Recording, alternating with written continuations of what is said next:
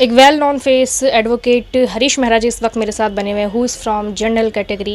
Actually there is no any that kind of motto behind of this. You can understand my feelings. कई बार compulsory हो जाता है cast mention करना. देखिए, बहुजनों के मुद्दों पर बहुजनों का पॉजिटिव रिस्पॉन्स एक थोड़ी सी आम बात है, बट जब जनरल कैटेगरी से व्यक्ति कोई आगे आकर के बात कहे बहुजनों के पक्ष में, तो it mean something is different.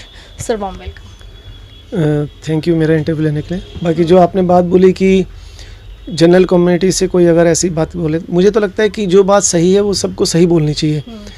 क्योंकि ये जो कास्ट सिस्टम है बेसिकली हमारे देश के जो विकास में सबसे ज़्यादा जो रोड़ा अटका रहा है वो ये कास्ट सिस्टम ही है. और इस कास्ट सिस्टम में दो कैटेगरीज हैं. एक जिनको इस कास्ट सिस्टम से फ़ायदा हो रहा है और एक वो कैटेगरी जिनको इस कास्ट सिस्टम से नुकसान हो रहा है. तो जो कास्ट सिस्टम समाज को बांटता है, जो कास्ट सिस्टम समाज में वैमनस्य फैलाता है, एक दूसरे भाई को भाई नहीं रहने देता, एक भारतीय को दूसरे भारतीय से अलग करता है, और कुछ लोगों को तो एक तरह से गुलाम बना के रखा गया हज़ारों सालों तक इसी कास्ट सिस्टम की वजह से. जन्म के आधार पर उनको नीचा समझा गया, उनको जानवर की तरह ट्रीट किया गया. आज भी उनको ह्यूमन नहीं ट्रीट किया जाता. एक छोटे से बच्चे को, मासूम बच्चे को इतनी दर्दनाक मौत दी मार मार के उसी के टीचर ने, और उसकी डेथ हो गई उसकी पिटाई की वजह से.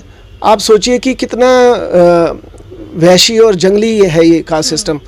तो जो भी मुझे लगता है कि जो इसमें ऐसी कम्युनिटी से आते हैं लोग जो इसमें जिनको विशेषाधिकार मिले हुए हैं, जिनको इससे फ़ायदा हो रहा है, मुझे लगता है अगर उनमें से कोई भी लोग इस कास्ट सिस्टम को सपोर्ट करते हैं, डिफेंड करते हैं किसी भी मायने में, तो वो इंसान होने लायक नहीं है.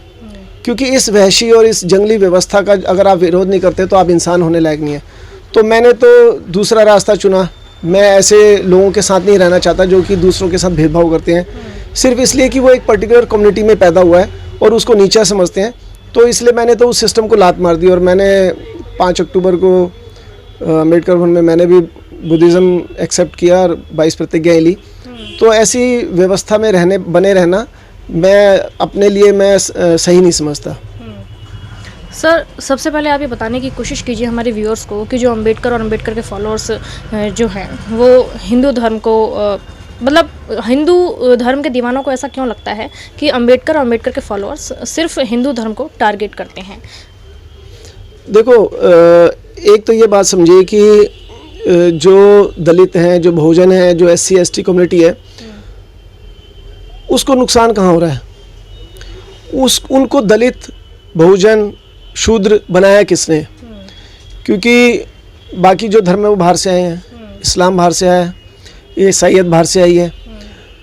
तो वहाँ जहाँ भी ये धर्म रहा वहाँ तो ये व्यवस्था थी नहीं शूद्रों की, जिसमें कि जन्म के आधार पर लोगों को बांटा जाए. उनके धर्म में ऐसा कोई सिस्टम था नहीं. ये व्यवस्था जो है वर्णवादी व्यवस्था, ये जाति व्यवस्था जिसमें कि एक कम्युनिटी को शूद्र बनाया गया, अछूत बनाया गया, ये हिंदू धर्म में ही है. तो जब भी हम वर्ण व्यवस्था का विरोध करेंगे तो हमें हिंदू व्यवस्था का आलोचना करनी पड़ेगी कि हिंदू व्यवस्था ने, जो ब्राह्मणवादी व्यवस्था है, उसने ये वर्ण व्यवस्था बनाई क्यों? कौन है वो लोग जिन्होंने इस व्यवस्था को बनाया, इसका निर्माण किया? भगवान तो डायरेक्ट आया नहीं होगा धरती पर ये बनाने के लिए, ये तो लोगों ने ही बनाया होगा. तो वो लोग कौन थे जिन्होंने इस व्यवस्था को बनाया? अगर ये माना जाए कि जो इसमें अपर कास्ट लोग हैं, जिनको इसमें विशेषाधिकार मिले हुए हैं, तो जाहिर सी बात है कि उन्होंने इस व्यवस्था को बनाया होगा ताकि उनके बच्चों को 100% रिजर्वेशन मिले, उनके बच्चे जो हैं अच्छी पोस्ट पे हमेशा के लिए बने रहें. जो शूद्र कम्युनिटी के लोग हैं वो न पढ़ सकें, न वो शिक्षा का काम कर सकें, न वो व्यापार का काम कर सकें. तो इसका मतलब तो वो जब अटैक होगा तो उसी व्यवस्था पे तो होगा जिन्होंने उनको गुलाम बनाया. वो ईसाइयों और मुसलमानों को क्यों अटैक करेंगे? उन्होंने थोड़ी गुलाम बनाया उनको. बिल्कुल, क्योंकि उन्होंने सिख धर्म और मुस्लिम धर्म भी अपनाने से इनकार कर दिया था.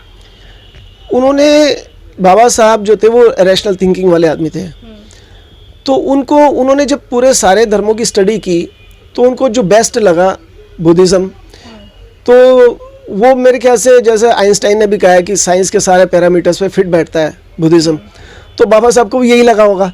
क्योंकि देखो वो रैशनल थिंकिंग की भी बात करता है. मैं आपको एग्जांपल देता हूँ. बुद्धिज़्म में जो बाबा साहब ये तथागत बुद्ध कहते थे कि हर दुनिया में जितनी भी घटनाएं होती हैं उसके पीछे 2 कारण होते हैं, एक इंसान और एक प्रकृति.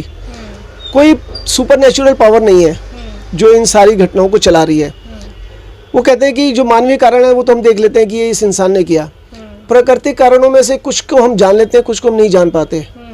गौतम बुद्ध ने कहा, उन्होंने ये तो उन्होंने कहा कि मगर ऐसा है कि जो बुद्धिमान व्यक्ति है वो एक ना एक दिन उन कारणों का भी पता लगा लेंगे जिनका भी हमें नहीं पता। तो साइंस भी इसी पर आधारित है।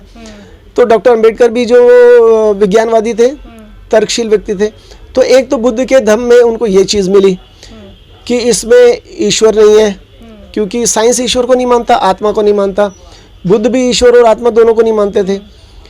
इसमें नैतिकता है, रैशनल थिंकिंग के साथ साथ, वैज्ञानिक सोच के साथ साथ इसमें नैतिकता भी है। इसमें प्रज्ञा है, प्रज्ञा मतलब ज्ञान। उनका ज्ञान जो था वो तर्कवादी ज्ञान था, जो क्वेश्चन पूछने की इजाज़त देता था। वो कहते थे जो शिक्षाएं मैंने दी हैं उस पर भी आप क्वेश्चन उठाओ, कोई भी कहता है उस पर क्वेश्चन उठाओ, और फिर उस बात को आप तर्क की कसौटी पर कसो कि ये जन कल्याणकारी है या नहीं है, इससे जनता का फ़ायदा है या नहीं है, तभी उस बात को अपनाओ, वरना मत अपनाओ। अब ऐसी बात कौन कहेगा। फिर उन्होंने उसमें अच्छे शील की बात की, पंचशील। एक आचरण आपका ऐसा होना चाहिए जिससे कि समाज का भला हो, आपका खुद भी व्यवहार अच्छा हो, आपके अच्छे व्यवहार से समाज का भी फायदा हो। तो उनका पूरा का पूरा जो सिद्धांत था वो इस बात पर आधारित नहीं था कि जैसे बाकी धर्मों में है कि ईश्वर, आपका संबंध ईश्वर से कैसा हो, आपके और ईश्वर के बीच संबंध को ही स्थापित करने में वो धर्म लगा रहता है। बुद्ध का जो धम्म है, धम्म में और धर्म में यही फर्क है। बुद्ध का जो धम्म है वो ये बताता है कि एक व्यक्ति का दूसरे व्यक्ति से क्या संबंध होना चाहिए। तो यही बात मुझे लगता है कि बाबा साहब को भी पसंद आई होगी, इसलिए उन्होंने इसी धम्म को चुना। बिल्कुल सर, इन्हीं सब चीज़ों से हम आते हैं राजेंद्र पाल गौतम, जिसके ऊपर बवाल हुआ था। राजेंद्र पाल गौतम, जब उन पे पुलिस कंप्लेंट की गई थी तब तो कानूनी कार्यवाही एक तरीके से हो रही थी। वो कितना लॉजिकल था वो आप भी जानते हैं, एक एडवोकेट हैं, लेकिन वो कानूनी था एक तरीके से कि कंप्लेंट की गई, उनको बुलाया गया और इन्वेस्टिगेशन से आप जुड़ गए, तब आपने उनको बचाने की कोशिश कर ली जितनी होनी थी। लेकिन अब तो बात आ गई है गले पे छुरी चलाने की। अब किस तरह आप उनकी सुरक्षा कर पाएंगे? ये सिर्फ गीदड़ भपकी है, ये डर गए हैं असल में। आप देखिए, अगर आप भारत का इतिहास जानते हैं, ब्राह्मण धर्म का इतिहास जानते हैं, हिंदू धर्म का इतिहास जानते हैं, तो आप ये देखेंगे कि हमारे जितने भी शास्त्र हैं, जितने भी धर्म ग्रंथ हैं, वर्ण व्यवस्था स्थापित की गई है। वर्ण व्यवस्था के खिलाफ एक भी शब्द नहीं है उसमें। और वर्ण व्यवस्था अभी जैसे मैंने बताया कि वो अनैतिक है, असभ्य है, उसका हटना जरूरी है। अगर आप इस देश का विकास करना चाहते हैं, सभी लोगों को एक साथ लेके आगे बढ़ना चाहते हैं, तो ये वर्ण व्यवस्था खत्म होनी चाहिए। जैसे बाबा साहब ने भी कहा था कि एनिहिलेशन ऑफ कास्ट ये बीमारी है, इस बीमारी का इलाज यही है कि इस वर्णवादी व्यवस्था को खत्म करो। तो उस टाइम भी आपने देखा होगा कि बाबा साहब एक साइड पे थे, कांग्रेस, कम्युनिस्ट, आरएसएस, ये तीनों एक साइड पे थे। ये तीनों के तीनों वर्ण व्यवस्था का समर्थन कर रहे थे और बाबा साहब अकेले खड़े थे जो वर्ण व्यवस्था का विरोध कर रहे थे। उन्होंने अपने 25 नवंबर 1949 को संविधान सभा के आखिरी भाषण में भी कहा उन्होंने कि कास्ट इज एंटी नेशनल। उन्होंने कहा था कि अगर देश को एक राष्ट्र के रूप में विकसित होना है तो आपको इस कास्ट सिस्टम को ख़त्म करना होगा, जो वैमनस्यता फैलाता है समाज के अंदर, समाज में बंटवारा करता है। तो यही वजह है कि ये जो कास्ट सिस्टम है, ये इसका इलाज यही है कि इसको ख़त्म किया जाए। सर, राजेंद्र पाल गौतम अब तो मंत्री पद पे भी नहीं रहे, फिर किस बात का इतना बड़ा खतरा है जो गला काटने पे उतारू हो गए? वो गला काटने की जो आप बात कह रहे थे, वो मैं वही बताना चाह रहा था कि ये सब गीदड़ भपकी है। कि जब अब उनको लगने लगा कि 10,000 जब लोगों ने दिल्ली में इतना बड़ा प्रोग्राम कर दिया, 10,000 लोगों ने बौद्ध धर्म की दीक्षा ले ली, जो उन्होंने कभी इमेजिन भी नहीं किया होगा, जो मनुवादी लोग हैं। और भारत के इतिहास में आज तक वर्ण व्यवस्था का विरोध किसी ने नहीं किया। गांधी जी जो हिंदुओं के सबसे बड़े नेता थे, वो भी कहते थे वर्ण व्यवस्था सही है। आरएसएस भी वही कह रही है, ब्राह्मणवादी सभी, मनुवादी सभी कहते हैं। तो जब ये 10,000 लोग दिल्ली में एक साथ इकट्ठे हो गए धम्म दीक्षा लेने के लिए, न कि कोई बड़ी पार्टी स्पॉन्सर कर रही है इसको, न कुछ लोग अपनी स्वतः इच्छा से आ गए। तो उस प्रोग्राम के 2 दिन बाद ही मोहन भागवत, जो कि ब्राह्मणवादी व्यवस्था के सबसे बड़े इस समय नायक हैं, नायक कहें, लीडर कहें, जो भी है, तो वही माने जाते हैं, और उनको घुटने टेकने पड़े। और फर्स्ट टाइम भारत के इतिहास में उनको ये कहना पड़ा कि वर्ण व्यवस्था गलत है, इसको खत्म होना चाहिए। सर, डर किस बात? यही डर है।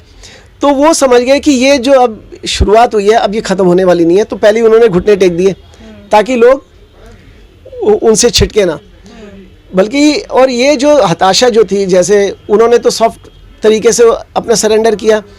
कुछ लोग जो थे वो ज़्यादा बौखला गए और बौखलाहट में उन्होंने ऐसे बयान दिए जो उनकी छटपटाहट दिखा रही है। वो समझ रहे हैं कि उनकी दुकान अब बंद होने वाली है। जब बहुजन समाज एक मानवतावादी, तर्कवादी, विज्ञानवादी धम्म की तरफ जाएगा, तथागत बुद्ध के, जो इसी देश का है, किसी विदेश का भी नहीं है, तो जाहिर सी बात है कि इनकी दुकानदारी बंद होगी।